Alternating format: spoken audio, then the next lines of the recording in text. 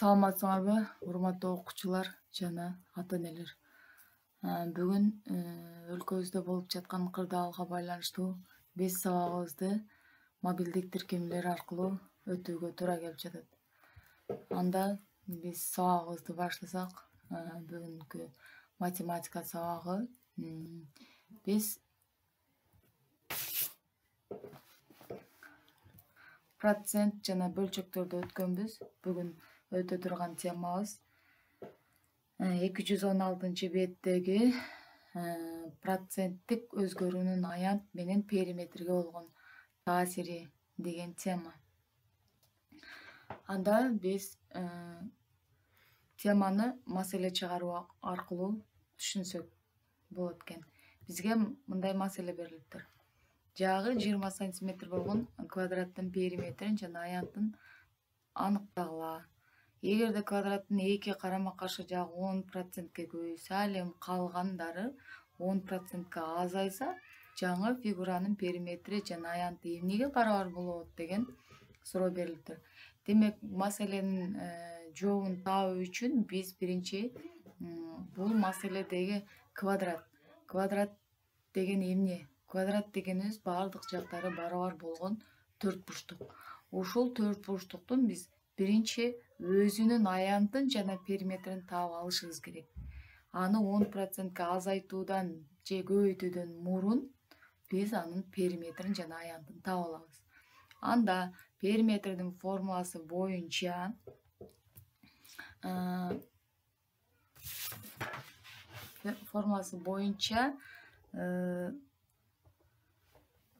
берилген квадраттын периметри 80 сантиметрге барабар болот. Ал эми аянты S барабар A көбөйтүлгөн B же болбосо жактарын көбөйтүү менен биз анын аянты 400 сантиметр квадратка барабар экенин таба алабыз. Эми 10%ке өзгөргөндөн кийинки учурун карай турган болсок, анда 10%ке өзгөргөндөн кийин узундугу 22 сантиметрге барабар болот экен. Ал эми туурасы 18 сантиметрге. Анда периметрибиз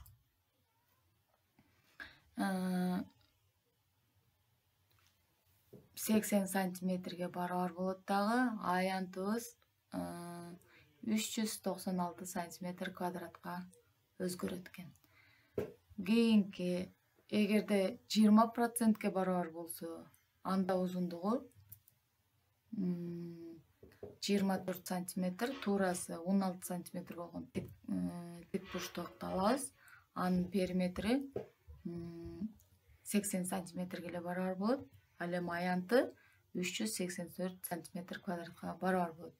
Көрдүңөр балдар, берилген квадратыбыз 10%ке азайганда жана көбөйгөн учурда биздин берилген фигурабыздагы квадраттан тик бурчтукка өзгөргөндүгүн байкадык. Эми силер көргөндөй эле бул маселеде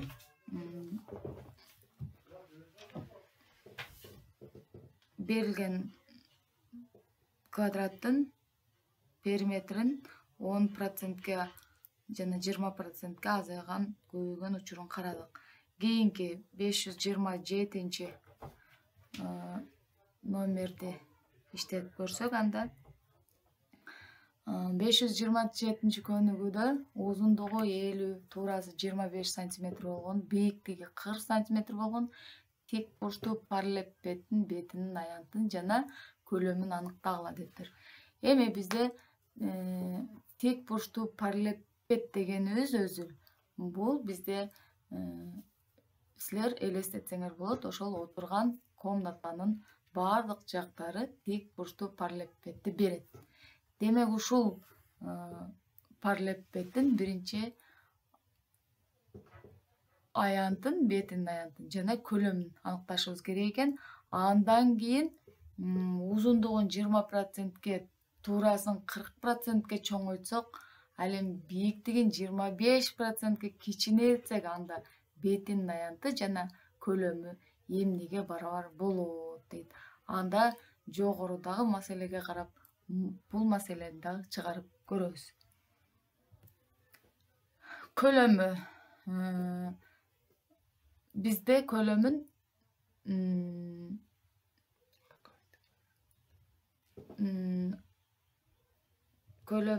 эки жагын жана бийиктигин көбөйтсөк, параллелепипеддин көлөмү келип чыгат экен.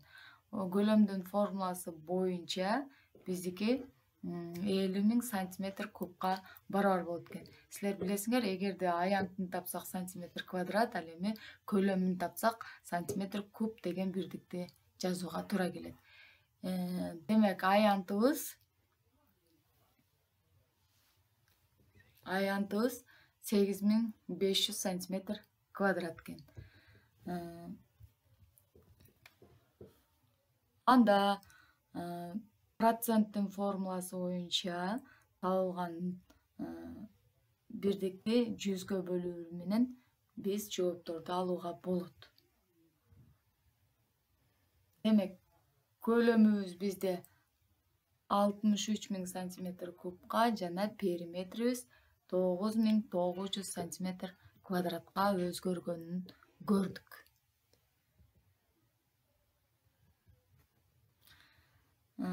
Кийинки көнүгүүбүз 528 көнүгүү бул үйгө тапшырма экен.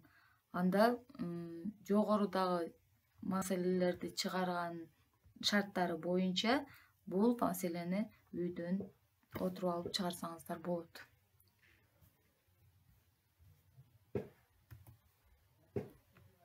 Ушун